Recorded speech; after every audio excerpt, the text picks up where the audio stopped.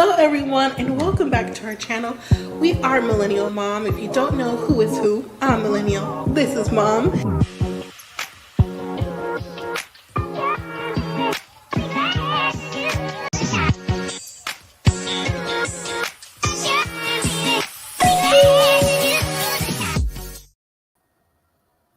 Hello everyone, welcome back to our channel. If you're new here, I'm Mom or Kay from Millennial Mom, excuse me. And today talk to you about the finale, decision day, the reunion of Married at First Sight, season 19, Austin, Texas. And you know what? I was surprised at the yeses on decision day, but not surprised at the reunion. So hopefully you all got a chance to watch it, got caught up, or you just watched this review. That's fine too. I appreciate that. If you didn't get a chance to subscribe, please consider subscribing to the channel. Like the video, whether you're live or in the bushes or on a replay. I'd really appreciate it. So let me just go ahead and get started. Not going to be here for a long time, just enough to get what we got from the episode, which was really, I don't know if it gave. I just think that, you know, the new format just came across where it seemed like it was just a little bit rushed, but that's okay. We got all the episodes in minus the fluff. I appreciate that. So here we go with the couples again. Jayln and Josh, Rhonda and Pat, Meghann and Derreck, and Belynda and Chad. And I don't have Will and Brittany's picture. Oh, no, they got deleted somehow. Anyways, but if you know, you know, right? So on decision day, all the couples decided they were going to say yes. And I'm really surprised at that because Pat came in with Pat and Rhonda. He came in, just like Rhonda said, his body language was like, well, he's sitting a certain way. Doesn't seem like he's really into this. I really want to give it a chance. I personally think, and no, I was never a Rhonda fan. Okay. That she kind of figured that Pat was like, you know what? I'm not feeling you because, you know, they had lots of things going on in the background. And with the last thing we saw with his friend, things didn't go well. But I think Rhonda is someone who wants to be the one to break up with you and not the other way around. So after much going back and forth, Pat decided he was going to change his mind and he stuck it out and he said yes. And Rhonda did too. Now, as far as Jayln and Josh go, the supposed front runners on the show, I wasn't surprised they gave their yeses at first. So, you know, but the reunion was kind of like different. And then you have Belynda and Chad. I was surprised that Belynda wanted to go ahead and give it another try because they have been on two opposite sides of the street the last two episodes, right? They weren't even living in the same place together. The communication had broken down. But then Chad got down on his knee. It was like, do you want to give it another try with me? And then she was, although reluctant, she said yes. Then you get to Meghann and Derreck. They came in gung-ho. We know what we're going to do. They surprised the judges with Meghann being pregnant at the time. They're like, oh, it's Married at First Sight first. You know, they give hugs and congratulations. And then they decide they're going to stick it out for the long haul, right? Then Brittany and Will, listen, I don't even know what the issue is with Brittany. Brittany, sorry, girl, you came across as begging Brittany. Okay, never, ever beg somebody to be with you, male or female. But since we're talking about Brittany, don't do that. Because then you give them the upper hand to how you're showing them how to treat you. Like it's okay to treat you in a way that's not acceptable to you. And you're like, oh, no, please don't go. Like the Boyz II Men song, please don't go. No, ma'am. No. Well, anyways, Will was gung-ho, you know, saying no because he called her, tell her in advance. So when he gets there and they sit together and Brittany's giving her whole speech as to, you know, I was really blindsided. I just know we can make a go of it, you know, once the cameras are gone. And, you know, Will gets up, he walks around, he says he's got to think about things. So to me, I'm like, once again, he's showing you that he's not really into wanting to make a true solid commitment. So after a little while, Will comes back And he's like, okay, I decided to give it a go. She's happy, tell me you love me. I love you, give you a little kiss or whatever. I'm like, girl, no, this is not it. This is not it. Me personally, if anyone was to say yes, I would have leaned towards at first Jayln and Josh, right? And then Meghann and Derreck, so, to see what would happen with their soon to be possible family, right? Everybody else for me was a no. Now we get to the reunions, the follow-up. And, excuse me, had the hiccups. The men are on one side, the ladies are on one side on the sofa. Nothing unusual, right? So we come to find out, well, Kevin, the host, comes to find out, and us, the viewer, that none of the couples stayed together. And I think 3 out of the 5 couples broke up within a week of saying yes. So what was all that for? If you already had an inkling that you were going to say no, you weren't comfortable, why go the extra step if you're only going to stay maybe a week? So let's start with Jayln and Josh first. That one really threw me for a loop, for a surprise, because Jayln said that, she went ahead and went to some festivals with Josh because that's what Josh liked to do. So she ended up going to the Burning Man. She ended up going to like different festivals that he likes, whatever they are. And she said she went a few times. She looked good. She had a great time. She even surprised herself.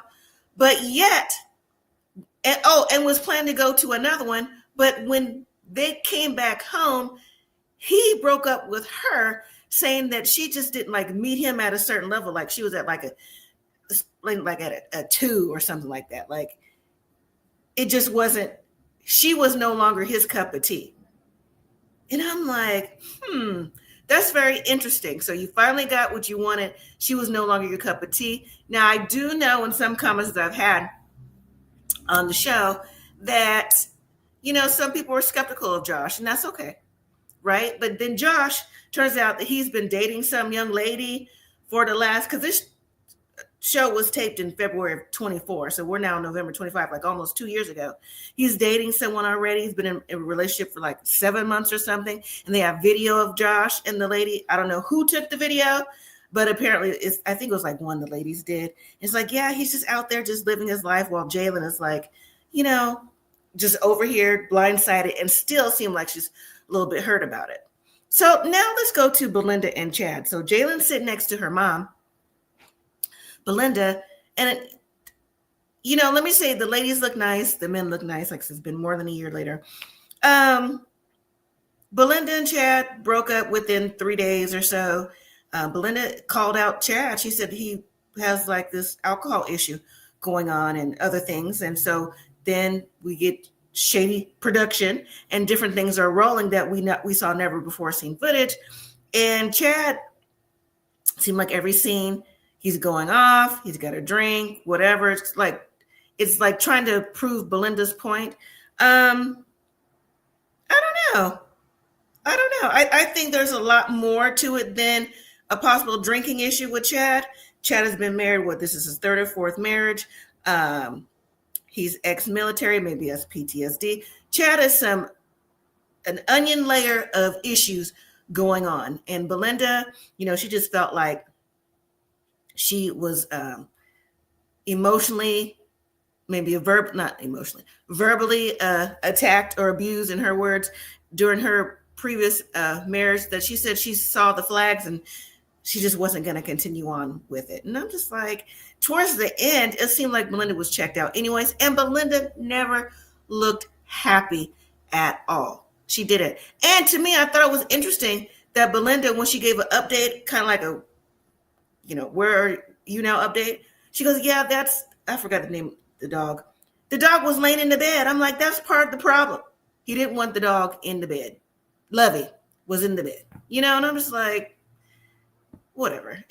And then Jaylyn's crying, trying to defend her mom and everything. She's emotional from her own relationship, and she's definitely emotional from her mother's relationship as well. You get Pat and Rhonda. I'm so glad that Pat has finally found his voice. Okay. He said he could not take it anymore with Rhonda. I'm like, you can take it anymore. I was over Rhonda weeks ago. Okay, this show was what, 5 weeks, and I was over Rhonda like week 2.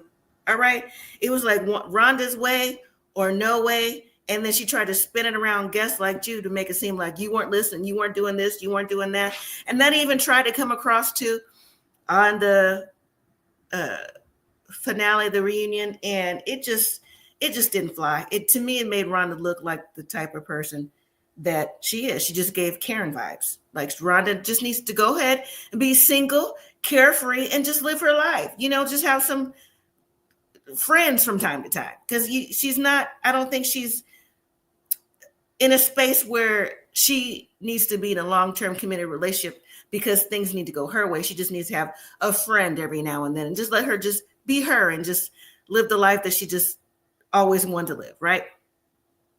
And then Meghann and Derreck, turns out that Derreck and Meghann broke up. Meghann unfortunately miscarried the pregnancy, and very emotional for her. Emotional for Derreck too, but mainly for Meghann. And then Meghann mentioned that maybe 2 weeks after the unfortunate miscarriage, Derreck broke up with her via text. I'm like, text? Listen, I know that sometimes men can't handle certain things that women go through, or, you know, something as serious as a miscarriage, but gosh, text, that was low. That was low, Derreck. You know, Derreck is dating as well. Sounds like, I think all the men except for maybe Chad and Will are dating, versus Belynda's dating, and I think maybe Brittany might have a little something in her back pocket too. To be honest, this reunion, the update, the decision day, like I said, decision day, everybody was a yes. Then you get to reunion, everybody was a no, doing their own things. I think the biggest blindside was the Josh and Jayln. You know, he kicked her to the curb and just doing his own thing. And then Derreck, the only one to me who didn't drink the Kool-Aid, okay, broke up with Meghann via text. The ladies say they're all extremely close. They're best friends. You know, they're a tight-knit group, and they will continue to be that way. And honestly, that was it. No real updates, no real issues or anything like that. Like I said, it came, it went, and that was it. That's why I said laugh now, cry later, because that's all the ladies were doing, including Rhonda. Shed some tears. Really, basically, over relationships that, to me, 4 out of 5 ladies really didn't want in the first place.